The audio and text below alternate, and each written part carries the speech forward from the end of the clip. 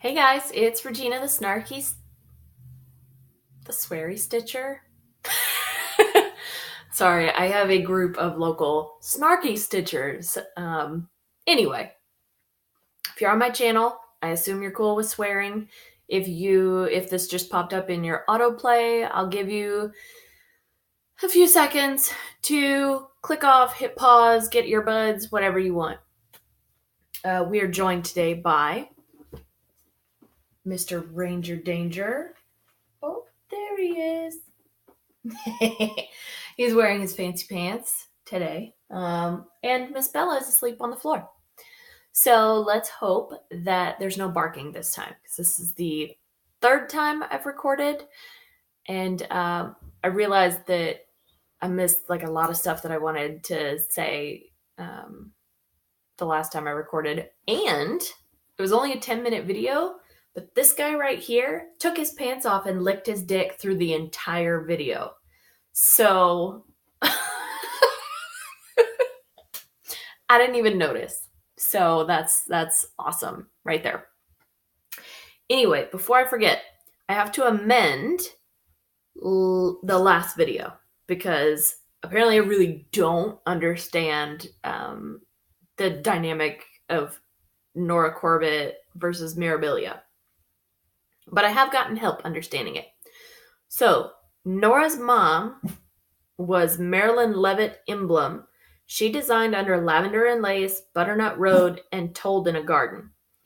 And then that's courtesy of my friend Katrina. Thank you, Katrina. And then she also says she thinks Nora did some early designing under her mother's brands. Then Leslie of Under the Sea Fabrics told me that Nora does Nora Corbett designs and Mirabilia. She doesn't own the Nora Corbett line. It's owned by Witchelt. And she licenses her name to Witchelt when she sells them the designs. So, I got that so far wrong in the last video. So, whoopsies. At least I issued a correction, right? Best I can do. Sorry, Bella is buffing in the background. Hey. No. She's blind and deaf, so it's really hard to get her to shut up. Anyway, so I popped in to show you that I finished my sheep sampler. And it is right here. I finished up, I think I had the top line and some, like one Algerian eyelet to finish up. So it is now complete. And that brings me to my next point. I don't want it living in my house. I told myself I would give samplers a try. And I gave it the good old college try. And they're not for me. I felt like as soon as I learned a specialty stitch, it was time for that row to be done. And I had to go and do something different and learn a whole new one and screw that up 97 times and frog it out. And then restitch it and then frog it and restitch it. So it was kind of a gigantic pain in my ass. And there are so many swear words soaked into that fabric. Anyway, I'm going to offer it to my good friend Sherry. Sherry, what's up? Because she is my original co-conspirator. With the Austin Snarky Stitch group. And she also always seems to know people that have a baby. And apparently, Mama said that it would look good in a baby's room or as like a birth sampler. So, yeah. So anyway, Sherry gets rights of first refusal. But if Sherry does not want it and somebody wants to save the stitches, you are more than welcome. I will mail it to you. No postage required from you. I don't even care. I will send you the pattern. Because I paid like 25 cents for it. I apologize if that little notification went off. Let me see if I can mute that. Anyway, I just got a message from Sherry that says she doesn't know what she would do with it either. So I feel like now it is up in the air. Yeah. So anybody can have it. If you really want it, don't really want it, I don't care. If you would like it, comment down here and I will send it to you. And I will also post the link to, I found it yesterday for somebody who wanted the pattern from Whatever the Fuck You Want Cross Stitch. She's in that group. She wanted to find the pattern. So I found the link. I think the full kit is like $10, but I got this one from our creative reuse store. So it's like a craft supplies thrift store. I think I paid 50 cents for it. So I feel like it's long past the designer getting any benefit from it. They got no benefit from me purchasing it. I'm not selling the stitched product. I'm making no money on it. So I'm going to go with that means it's fine. It may not mean it's fine. I don't care. In this circumstance, I just want that out of my house. So I'll send you the pattern. I'll send you the exemplar that I stitched up, this little guy right here. And I will also send you the bead that was supposed to go where this heart is that I did my big rant about the other day. So you can even have the bead that goes with it. The thread card that was in the kit has the different like thread companies and what specific thread it was, so you can get all the specialty threads for it. Apparently it was all silks, but whatever. And I'll even send you my scraps still on the thread card so that if you want to convert it to anything else, you can see like what the colors were. Yeah, so I'll try to put the link down there so that if you want to buy the whole kit, you can do that and go all legal and fun stuff. But let me know if you want to save it, because I don't want it. And if I do keep it, I'm going to do like red paint splatter and a bunch of different phrases that men use about women, like so cute, smile more and everything, and I'll make it a feminist piece.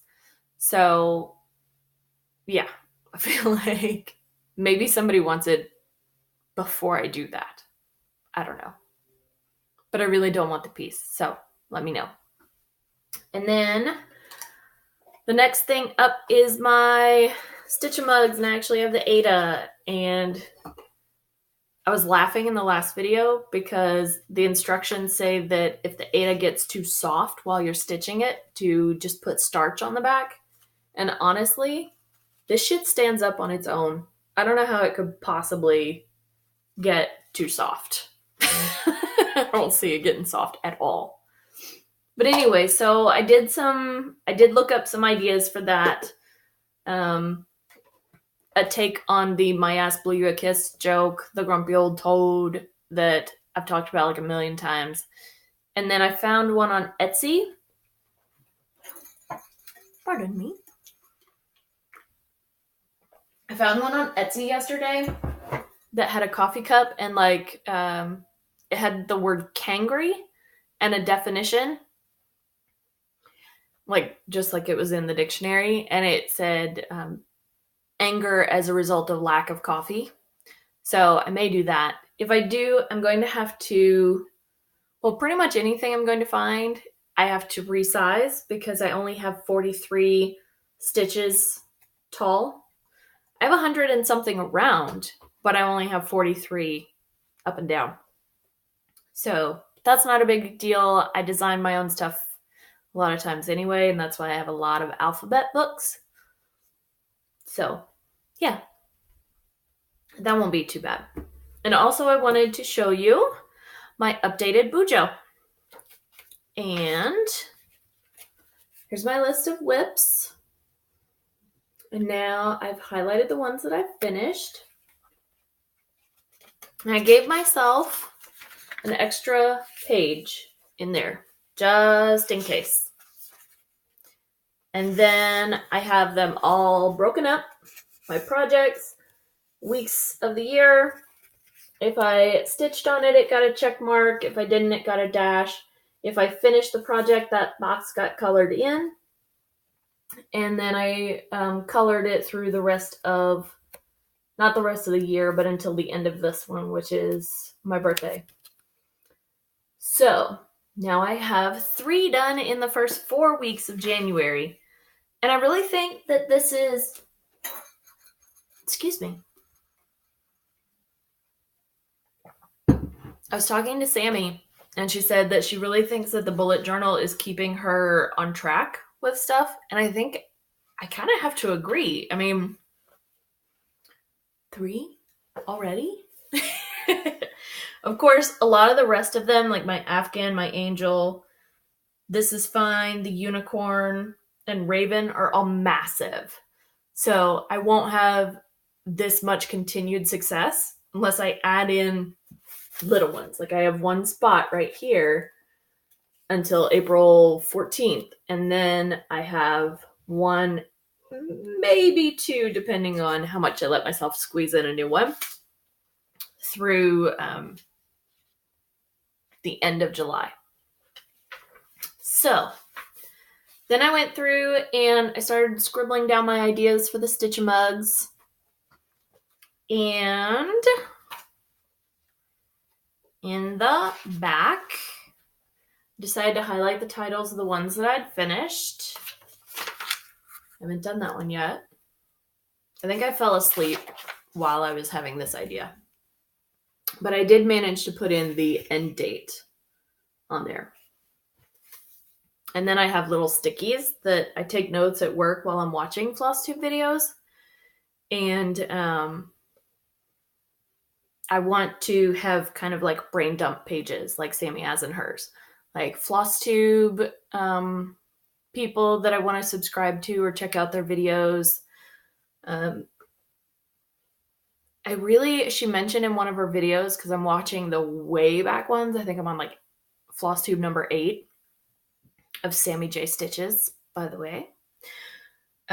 She mentioned the July tour to Stitches in cross stitch. It's fun. And I hope that's going on again this year. I'm a little wary of joining another cross stitch group just because I tend to not realize what group I'm in and swear. And I don't want to cause drama in any kind of group. So if it's not going on in cross stitching, it's fun. Maybe I'll see if Whatever the Fuck You Want wants to do a spin-off of it within the group. And a Picture This Plus fabric that I must have called Crystal Huntress. It's very similar to Under the Sea Bloodlust, but I missed Bloodlust and she's not carrying it right now. I'm super bummed, but that one looks